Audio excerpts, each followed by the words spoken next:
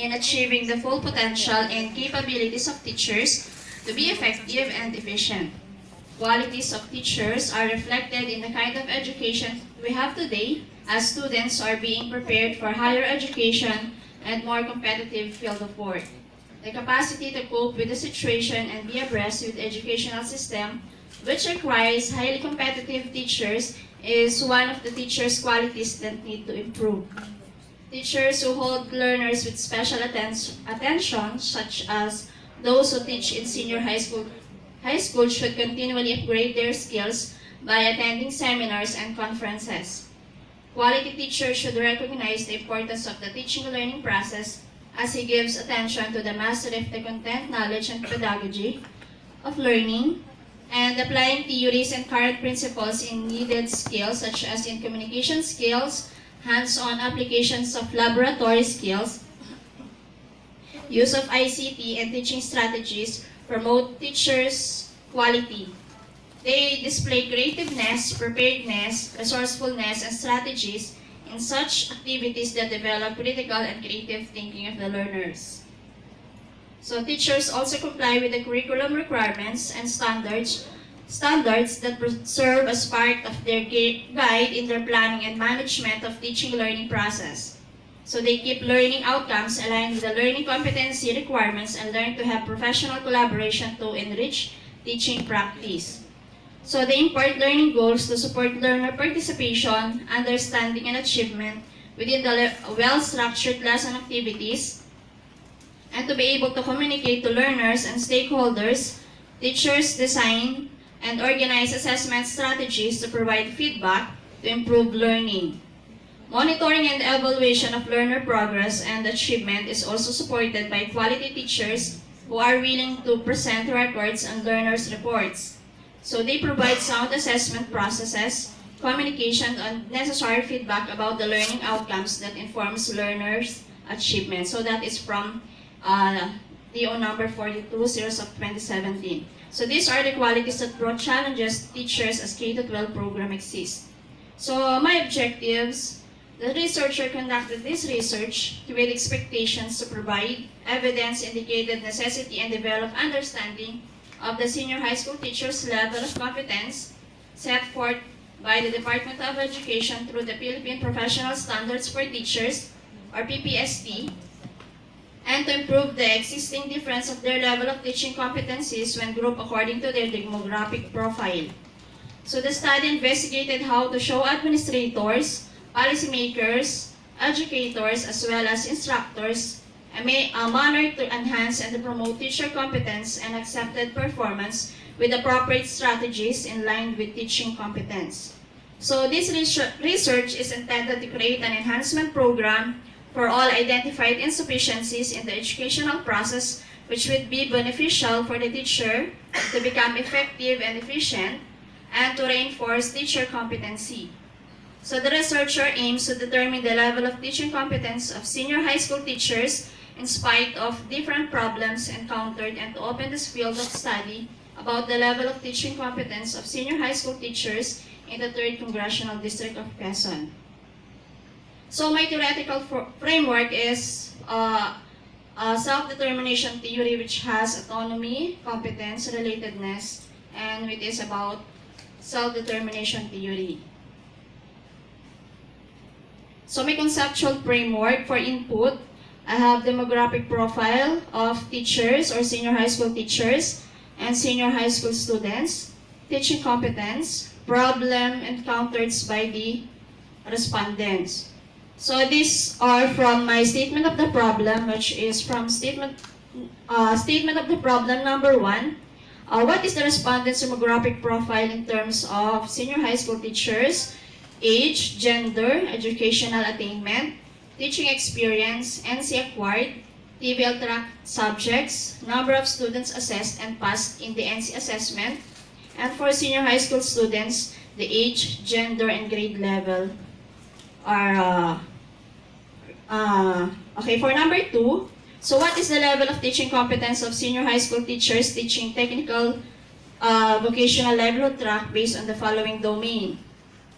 Number 1 is the content, knowledge, and pedagogy, learning environment, diversity of learners, curriculum and planning, and assessment and reporting. So I have used here in teaching competence the PPST, or the 5 domains of PPST, or Philippine Professional Standard for Teachers. So for question number 3, or the sub-problem number 3, what are the problems encountered by the senior high school teachers in teaching TVL track?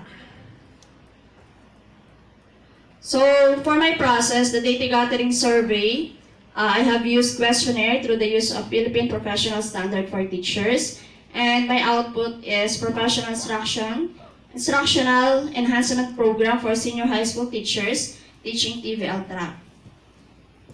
So the method is, the study used the descriptive research method in order to achieve the purpose, which is to determine and describe the level of teaching competence of senior high school teachers teaching technical vocational livelihood track in secondary schools in the 3rd Congressional District of Quezon, and in order to describe the nature of the situations as it exists at the time of the study and to find out the extent of relationship among variables.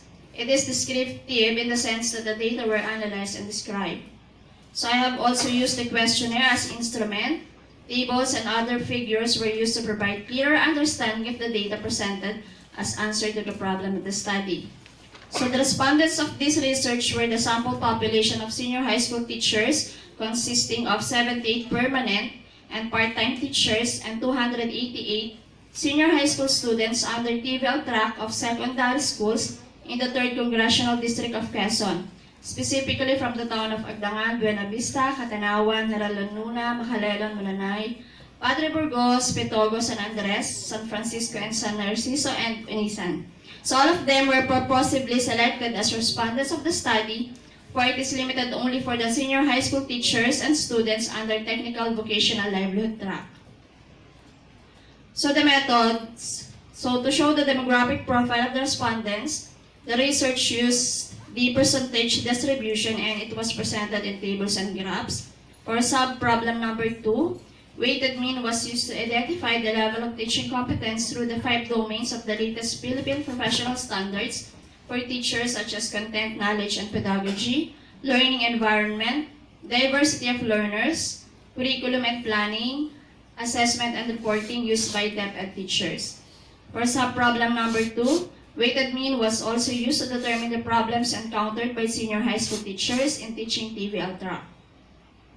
To test the significant differences, the test for independent sample means was used to compare the means of 2 groups, and analysis of variance, which is used to test the significant difference in the level of teaching competence of senior high school teachers when grouped according to their demographic characteristics. So the results and discussion. Findings revealed that the respondents belonged to age bracket of 31 to 40. Majority were female, obtained bachelor's degree in secondary education with MA or MS units, and have specialized in TLE, teaching for not more than 5 years, and with the national certifications acquired in TVL subjects such as in the field of cookery, bread and pastry, and C2. They are teaching subjects related to language, technology, and entrepreneurship, and NC or skill subjects. So majority of the students respondents were female, aged 15 to 17 years old, enrolled in grade 11. So majority of the respondents have not undergone assessment and have not passed the national certification levels yet. So the study further revealed that teacher respondents were competent in teaching technical vocational track regardless of their demographic profile. Insufficient learning materials such as books, modules, and teaching guides are considered as the observed problem.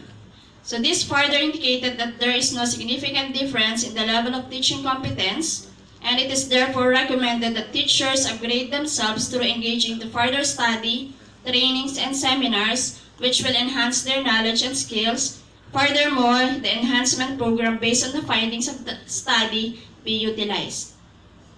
So this is the summary of the least competence strand on each domain. So I have 5 domains here, which is on the first domain, content, knowledge, and pedagogy, and the most least competent strand is research-based knowledge and principles of teaching and learning. For domain 2, the learning environment, And the least competent strand among the strands of Domain 2 is the management of learner behavior. For Domain 3, diversity of learners with disability, giftedness, and talents. For 4, curriculum and planning, teaching and learning resources including ICT. For Domain 5, assessment and reporting, feedback to improve learning. So this is the consolidated weighted mean of the level of teaching competence among senior high school teachers in 5 domains.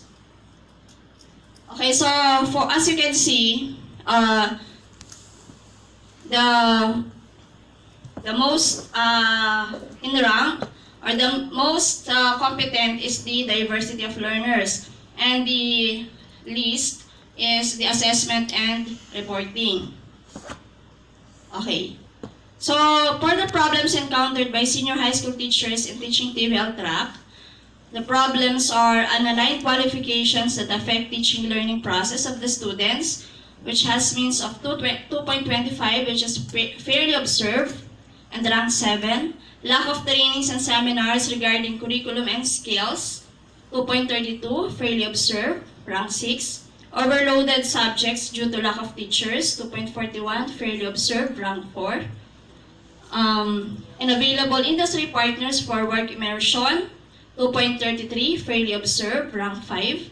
Insufficient number of materials such as laboratory tools, equipment, and machineries, 2.45, fairly observed, 2.5. Lack of classroom and facilities, 2.45, fairly observed, 2.5. Insufficient learning materials such as books, modules, and teaching guides is the most observed, which is ranked 1, 2.68. So, in general, it is fairly observed. So, my recommendation is, based on the result of sub-problem 1, it is recommended that senior high school teachers who are new to the service and who are specialists in TLE, not merely acquired NC2 and trainers methodology, to upgrade themselves through engaging in further study, trainings, and seminars which will enhance their knowledge and skills, to let their students be assessed and pass the assessment, since it has been shown that only 52% of the enrollees have undergone and passed the assessment to be considered highly competent. Though respondents' teaching competence is satisfactory, there is a need to aim at high competent result. That is why enhancement program needs to be employed in order to improve insufficiency. Based on the identified problems encountered by senior high school teachers in teaching TVL track, insufficient learning materials is most observed. Therefore, it is recommended that senior high school teacher must be skilled in indigenizing and localizing learning materials in order to cater students' teaching learning process and outcomes.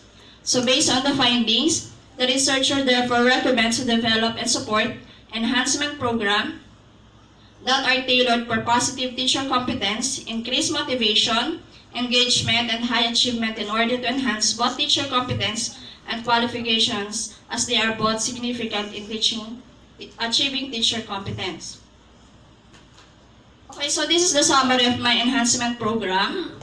For my content, knowledge, and pedagogy, my objective is to demonstrate an understanding of research-based knowledge and principles of teaching and learning. So that's one of the strategy, integration of subjects through localizing and indigenizing resources, and the expected outcome teachers will create higher order thinking skills lessons. For learning environment, my objective is to demonstrate knowledge of positive and non-violent discipline in the management of learner behavior. So one of my strategies is to conduct a parent-student counseling and recognition. So the expected outcome is manage learner behavior constructively by applying prudent discipline and awards. For diversity of learners, to use strategies responsive to learners with disabilities and giftedness and talents. So the expected outcome is to implement teaching strategies that are responsive to learners with disabilities, giftedness, and talents. For curriculum and planning, to show skills in the selections, development, and use of a variety of teaching and learning resources, including ICT, to address learning goals. So teachers will learn to organize, develop, and use of appropriate teaching and learning resources, including ICT, to address specific learning goals. For the assessment and reporting, to demonstrate knowledge providing timely, accurate, and constructive feedback to improve learners' performance. So, use of rubrics to assess learners, monitor achievements through the use of achievement or progress charts. So, teacher will use constructive feedback. So, I have also made a 5-day training matrix to enhance those insufficiencies. Sorry. So now questions will be entertained. You have 5 minutes, 4 minutes actually for the question and answer portion. Questions? Yes, ma'am. This is just for clarification. No? What performance, what teacher's performance did you use? Is it NCBTS or the PPST? PPST, ma'am, yung Philippine Professional Standards for Teachers. Why there are only 5 domains Yes. in your study? PPST has 7 domains. Ma'am. I have focused only on the teaching competence inside the classroom or teaching learning process inside the classroom or the school. I have not included the community linkages and the professional development. So I have focused now on the teaching. So you only focus on the 5 domains. So,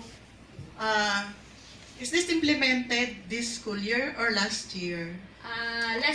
Bali, I have finished this study just this December, but I have proposed this in the school heads of the schools, of the other schools or other towns, which happen they are also the validators of the enhancement program. So they have already approved this enhancement because program. the easiest way to get the teacher's performance is the existing teaching performance in the DepEd. For example, last year the NCBTS, and if implemented PPST. So